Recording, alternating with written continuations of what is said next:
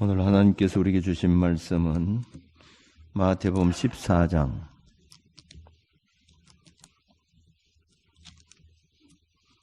14장 22절에서 33절 말씀까지 봉독하겠습니다.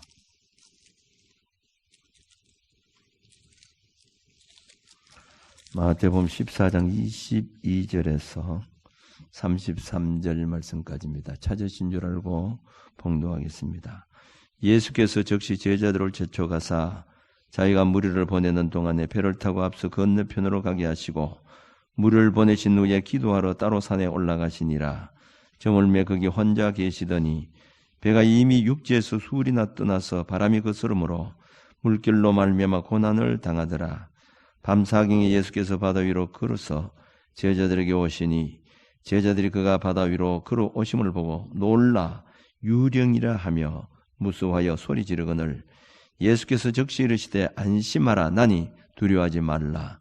베드로가 대답하여 이르되 주여 만일 주님이시거든 나를 명하사 물 위로 오라 하소서 하니 오라 하시니 베드로가 배에서 내려 물 위로 걸어서 예수께로 가되 바람을 보고 무서워 빠져가는지라.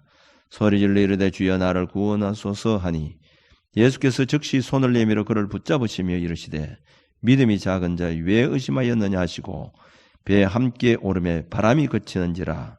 배에 있는 사람들이 예수께 절하며 이르되 진실로 하나님의 아들이로소이다 하더라. 아멘. 이 말씀을 통해서 내주실 줄로 믿습니다. 할렐루야 찬양대 찬양이겠습니다.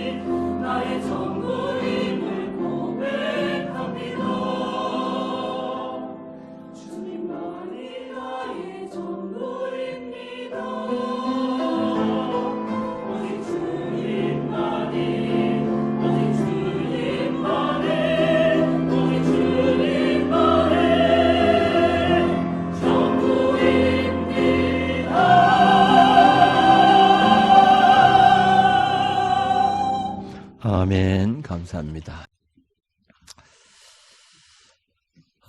우리 애들이 아주 어릴 때에 지금 성격이 참 많이 달라졌습니다만은 큰 애하고 또 이 작은 애하고 성격이 많이 달랐는데 이 큰 애는 아주 활발해서 어디 높은 데 뛰는 것도 좋아하고 올라가는 것도 좋아하고 이렇게 해서 한번 높은 데 올려놓고는 제가 밑에서 받을 테니까 뛰내리라고 하면 푹쭉 뛰내립니다. 내가 만일 안 받으면 다치죠.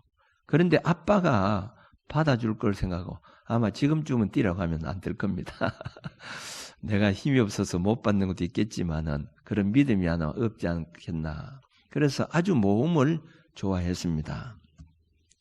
우리 인생을 살아간다고 하는 것이 어떤 의미에서는 하나의 모험하는 것을 뜻합니다.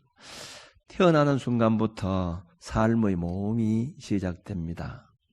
자, 서로 몰랐던 이 남남이었던 한 남자와 한 여자가 결혼해서 한 가정을 이루면서 살아간다고 하는 건 이 모험입니다.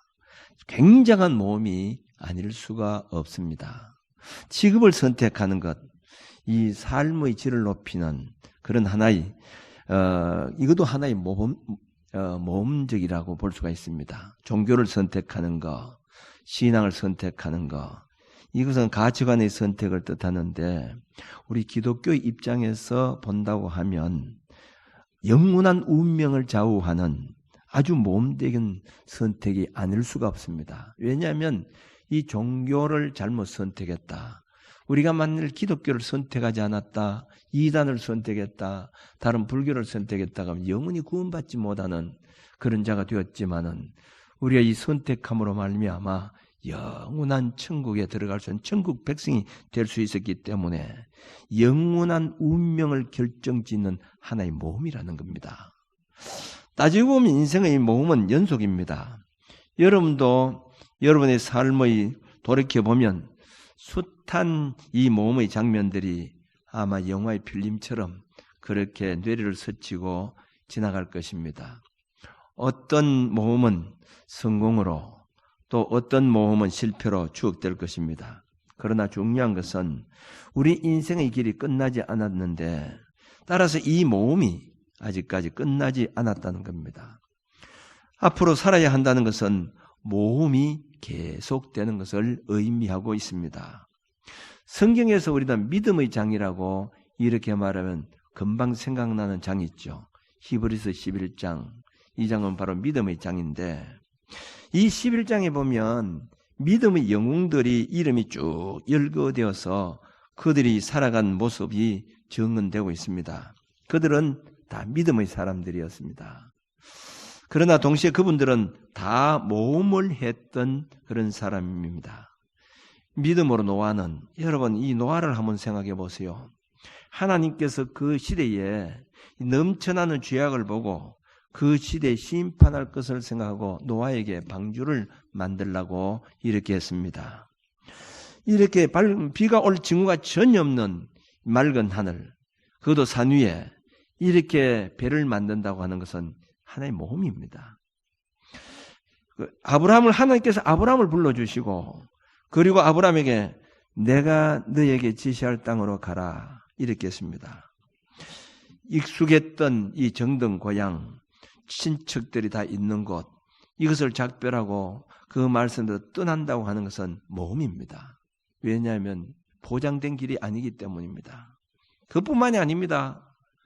아브라함이 100세 되었을 때에 하나님께서 100세에 난 아들 이삭을 제물로 바치라고 했을 때에 이것을 바칠까 말 것인가 아브라함은 모험이 아니었겠습니까? 모험이었다는 거죠. 훈련되지 않는 이스라엘 백성들, 그도 약 한 200만 명이 되는 그런 이스라엘 백성들을 거느리고 그들을 이끌고 애굽 땅을 떠나서 노예됐던 그 땅을 떠나서 약속의 땅을 향해서 광야로 들어가는 그 순간 그것은 모세의 모험만이 아니라 200만 이스라엘 민족들의 모험이었다는 거죠. 드디어 가나안 땅에 들어왔지만은 가나안 땅에 버티고 있었던 이 거대한 여리고성, 그러나 하나님 명령하심을 쫓아서 여호수아가 그 백성들을 거느리고 하루에 한 바퀴씩 이렇게 그리고는 계속 돌고 있었던 모습은 어찌 보면 바보 같은 모험적인 모습을 그들에게 보여주고 있습니다. 오늘 이 봉독한 본문 속에서도 이 제자들 가운데 모험을 시도한 한 사람을 볼 수가 있습니다. 갈릴리 바다에 예수님의 제자들이 배를 타고 가는 동안에 큰 풍랑을 만나게 됩니다. 제자들이 당황하고 있는 순간에 저쪽에서 흰 그림자가 물 위로 자기들을 향해서 오는 것을 보았습니다. 유령인 줄 알고 유령이라고 두려워하고 있었던 것입니다. 바다에 가면 이런 전설적인 얘기들이 많이 나옵니다. 옛날에 조그만 배를 타고 가다 보면 특히 거기에 자주 파산을 하는 그 지역이 있습니다. 그래서 그 선들의 얘기를 들어보면 거기는 귀신이 나오는, 물귀신 나오는, 그래서 그 물귀신 때문에 배가 파손되어서 그렇게 죽게 된다는 그런 얘기가 있습니다. 우리가 학창시대 때 즐겁게 불렀던 로렐라이 언덕이라는 노래가 있죠. 옛날부터 전해오는 이 노래. 이 말은 가슴 속에 그립게도 끝없이 떠오른다. 그건 로렐라이 언덕 하는 이 노래가 있는데 독일의 라인강 주변에는 이 로렐라이 언덕이 있는데 해발 약 한 193m로서 산이라고 하면 좀 낮고 언덕이라고 하면 좀 높은데 이 물이 낙동강처럼 쭉 흘러 넘어오다가 이 로렐라이 언덕이 옆에 오면 여기서 아주 좁아진다는 겁니다. 좁아져서 거기 물살이 아주 세기 때문에 배를 타던 사람들이 거기 왔다가 파손해서 이 죽는 그런 경우들이 많이 있는데 전설에 의하면 이 라인강을 향해서 뱃사람들이 이곳에 이르면 요정이, 성경에 보면 유령과 마찬가지죠. 요령이 아주 아름다운 노래를 부르는데 넋을 잃고 그 모습을 보고 있다가 그만 암초에 부딪혀서 배가 난파된다고 하는 겁니다. 지금 예수님께서 제자들이 탄 배 앞에 흰 그림자가 나타났을 때에 바로 이런 반응을 하게 된 겁니다. 유령이라는 것이죠. 그래서 무서워 벌벌 떨고 있는데 예수님께서 나니 두려워하지 마라 이렇게 했습니다. 그 심한 풍랑 속에서 그들은 예수님 음성을 바로 듣지 못했지만은 베드로는 나니 두려워하지 말라고 하는 이 말씀을 듣고 소리를 쳤습니다. 만일 주님이시거든 나로 명하사 물리를 걷게 하소서 이렇게 했습니다. 그때 예수님께서 베드로를 향해서 물리를 걸어오라고 이렇게 했습니다. 베드로는 자기의 생각과 이 계산으로는 바다에 빠질 것이지만은 주님께서 뭐라고 하시는 그 말씀을 믿고 뛰어내렸습니다. 그리고는 예수님처럼 바다 위를 걷게 되었습니다. 물론 나중에는 다시 물에 빠져 들어가다가 예수님께서 건져주셨는데 여러분 신구약 성경에서 위대한 인물들이 많이 나오고 있습니다만은 물리를 걸었다고 하는 사람은 이 베드로 한 사람뿐입니다.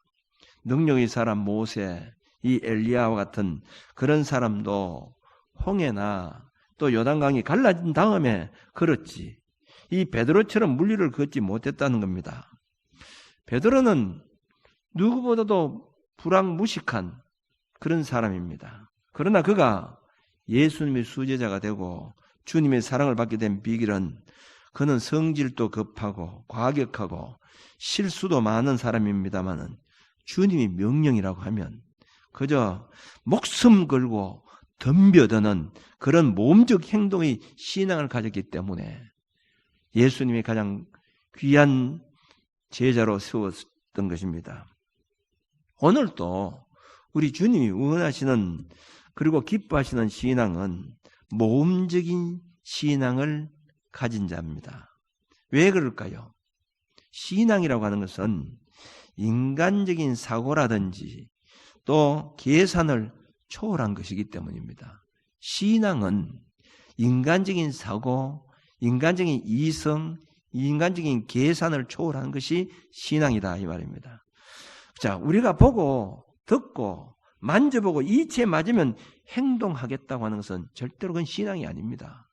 그러한 행동은 안 믿는 사람도 그렇게 할 수 있습니다.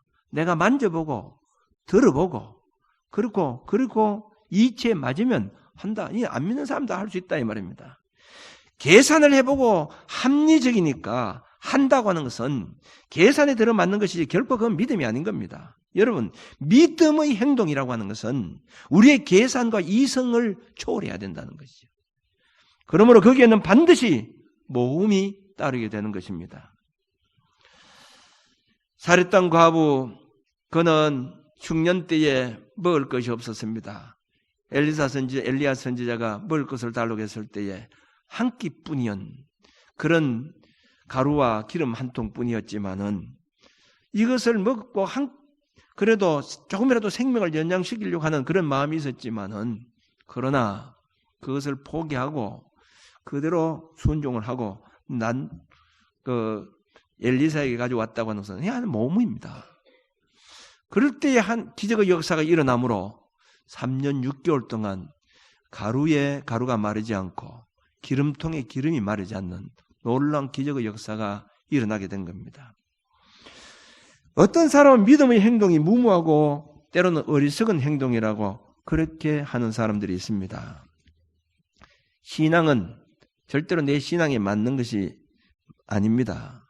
내 이성으로도 도저히 이해될 수 없는 부분들이 많이 있다는 겁니다.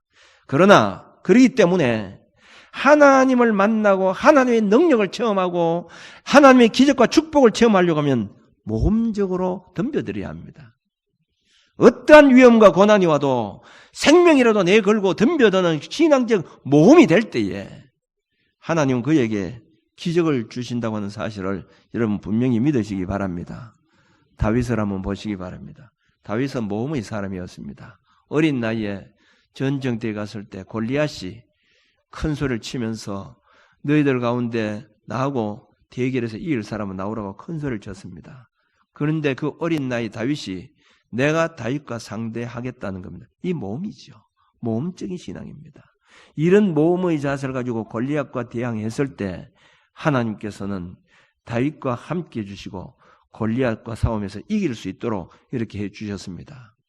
여호수아를 통해서 여리고를 점령할 때 무기 하나 없이 여리고를 매일 돌기만 한다는 것은 얼마나 무모한 일입니까? 그런데 그 말씀에 순종하고 했을 때에 여리고성이 무너진 역사가 일어나게 되었습니다. 에서더가 왕이 보자고 하기 전에는 나가면 죽이는 법이 있습니다. 그럼에도 불구하고 죽으면 죽으리다고 하는 그런 자세를 가지고 모험을 하고 나아갔을 때에 아수르 앞에 몸조로 나아갔을 때에 자기 민족들이 살게 되는, 그리고 하만의 정체가 탄로나게 되고 죽음을 앞둔 모르드게는 총리가 되는 놀라운 역사가 일어나게 되었던 것입니다. 모험을 하지 않으면 이런 일이 일어날 수가 없습니다. 그러므로 모험적 신앙이라고 하는 것은 우리가 무슨 일을 할 때에 이것이 분명히 하나님께서 기뻐하시고 하나님이 원하시는 일이라고 믿어진다고 하면 좌우를 분별하지 말고 그것은 인간적인 계산 따르지 말고 해 나가라고 하는 것이지, 합리적으로 생각하고 그리고 계산해서 움직인다고 하는 것은 절대로 하나님을 기쁘시게 하는 것이 아니라는 것을 알아야 합니다. 베세다 광야에서 5,000명이 이제 되는 무리들에게 먹을 것을 주라고 했을 때에 빌립은 인간적인 계산을 해서 200데나리는 되는 돈이 돼야만이 이 사람들을 다 먹일 수 있다고 이렇게 했습니다. 그러나 그렇게 많음에도 불구하고 물고기 떡 5개와 물고기 2마리를 가지고라도 주님께서 명령하시면 충분히 먹고도 남을 것이라고 하는 것을 믿는 믿음이 있어야 된다는 겁니다. 그런데 빌립은 그 믿음을 갖지 못했습니다. 이스라엘 백성들이 출애굽할 때에 인간적 계산을 세웠다고 하면 이들은 아예 애굽에서 나오지 못했을 것입니다. 200만 명이라고 하는, 200만 명에서 300만 명을 봅니다만은 200만 명, 300만 되는 그 이스라엘 백성들이 광야에서 식량을 어떻게 구입할 것이며 물은 어떻게 구할 것이며 그리고 뜨거운 사망을 어떻게 통과할 것인지 인간적인 계산은 도저히 갈 수 없는 길입니다. 하나님, 그러나 죽을 수 있습니다. 간다고 하는 것은 모험적인 겁니다. 그러나 그 무모함을 알고도 모세의 인도로 해서 나갈 때에 하나님께서는 상상할 수 없는 방법으로 그들을 인도해 주신 것입니다. 오늘 본문의 베드로는 예수님께서 물리로 뛰어내리라고 했을 때에 다른 제자들은 감히 생각하지 못할 일을 모험적으로 단행했기 때문에 아마 예수님의 수제자가 될 수 있었던 것입니다. 그는 훗날 십자가에 거꾸로 매달려 죽었다고 합니다. 이처럼 베드로는 위대한 신앙의 모험가였습니다. 그런데 오늘 우리는 어떻습니까? 너무 안일하고 너무 뜨뜻미진하고 너무 계산적이고 너무 타산적이고 너무 이성적으로 신앙생활에 나가고 있다고 하는 것이죠. 바둑을 둘 때에 이 급수가 높은 사람과 급수가 낮은 사람들이 바둑을 두다 보면 급수가 높은 사람들은 바둑을 두는 걸 보면 왜 저런 데 놓을까? 저 뜨면 죽겠는데 이렇게 생각될 때가 많이 있습니다만은 나중에 보면 결국은 자기가 산 것 같으면 자기가 죽고 죽음 같은 그 고수가 오히려 살게 되는 이것을 우리는 많이 보게 됩니다. 여러분 우리 믿음도 마찬가지라는 겁니다.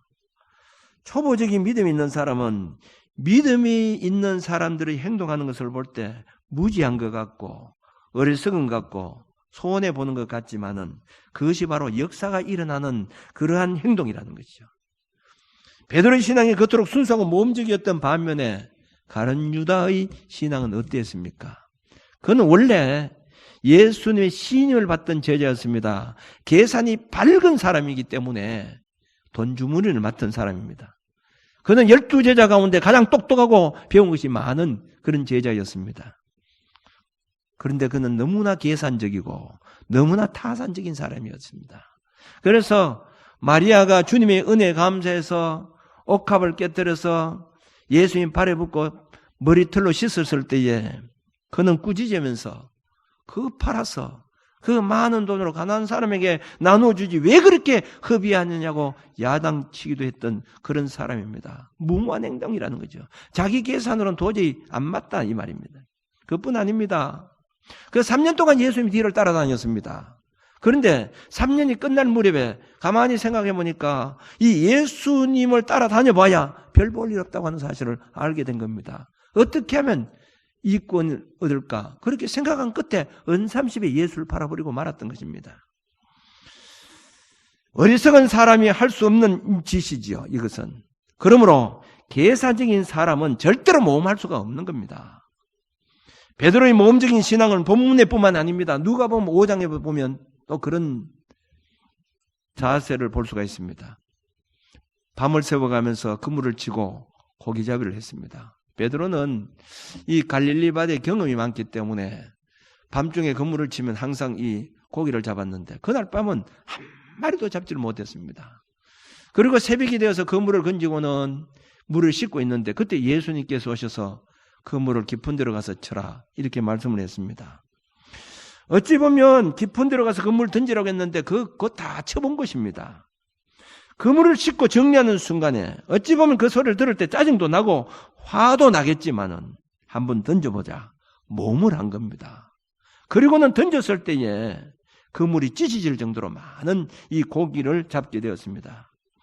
내가 밤새 다 그물을 쳐본 것인데 지금 이 시간은 고기가 나올 시간이 아닌데 인간적인 계산으로 맞지 않았지만은 모험적으로 그물을 던졌을 때에 기적 역사가 일어나게 되었다는 것이죠. 히브리서 11장 6절에 보면 믿음이 없이는 하나님을 기쁘시게 할 수 없나니 하나님께 나아간 자는 반드시 그가 계신 것과 그가 자기를 찾는 자들에게 상 주시는 심을 믿어야 할지니라. 바꾸어 말하면 믿음이 없이는 하나님께 인정받을 수 없다는 겁니다. 믿음이 없이는 역사와 기적도 맛볼 수 없다는 겁니다. 다시 말하면 모험적 없이는 큰 일을 감당해 나갈 수가 없다고 하는 것입니다. 오늘날 많은 성도들이 신앙생활하면서 기적을 체험하지 못하고 하나님 역사하심을 맛보지 못한 이유 가운데 하나가 뭐냐? 모험적인 신앙생활을 하지 못하고 있기 때문이라는 겁니다. 인간적인 사상이나 생각이나 계산에서 벗어나지 못하고 있다고 하는 것이죠. 그러므로 교회에서 때로는 똑똑하다고 하는 사람들, 배웠다고 하는 사람들, 이런 사람들을 보면 대부분요 올바른 신앙생활을 하지 못합니다. 왜? 내 사상이나 생각을 초월하지 못하기 때문입니다. 어리석은 사람들이 아닙니다. 똑똑한 사람들입니다. 똑똑한 사람들이기 때문에 자기 생각에서 벗어나지 못한다는 거지. 모험적인 신앙생활을 하지 못하고 있다는 겁니다. 그러므로 평생 신앙생활을 해도 하나님의 역사하심을 체험하지 못하고 형식적인 신앙생활하는 그런 사람들이 많이 있습니다. 제가 결혼하기 전에 신학을 시작을 했는데, 신학을 막상 시작해도 사업을 하다가 신학을 했기 때문에 제가 그렇다고 해서 우리 집에서 저희 집이 학비를 대줄 만한 참 그런 여유가 있는 집도 아니기 때문에 신학교를 무조건 모험적으로 들어갔습니다. 근데 학비를 해야 되는데, 아직까지 그때는 신학생이라고 할지라도 전도사로 있다 할지라도 생활비를 그렇게 받지 못하기 때문에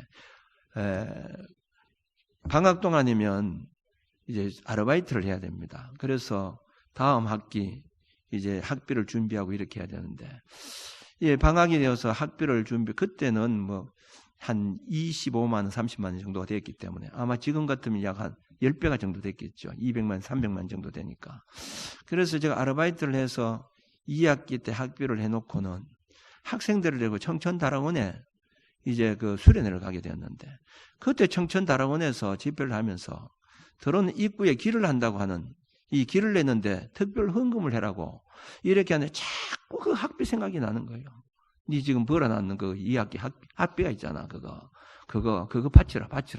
자꾸 그러면 내가 이거 바치면 내가 다음 학기에 등록을 못 하는데, 그런데 자꾸 그 생각이 나서 몽땅 그걸 다 헌금을 약속을 하고 왔습니다. 왔는데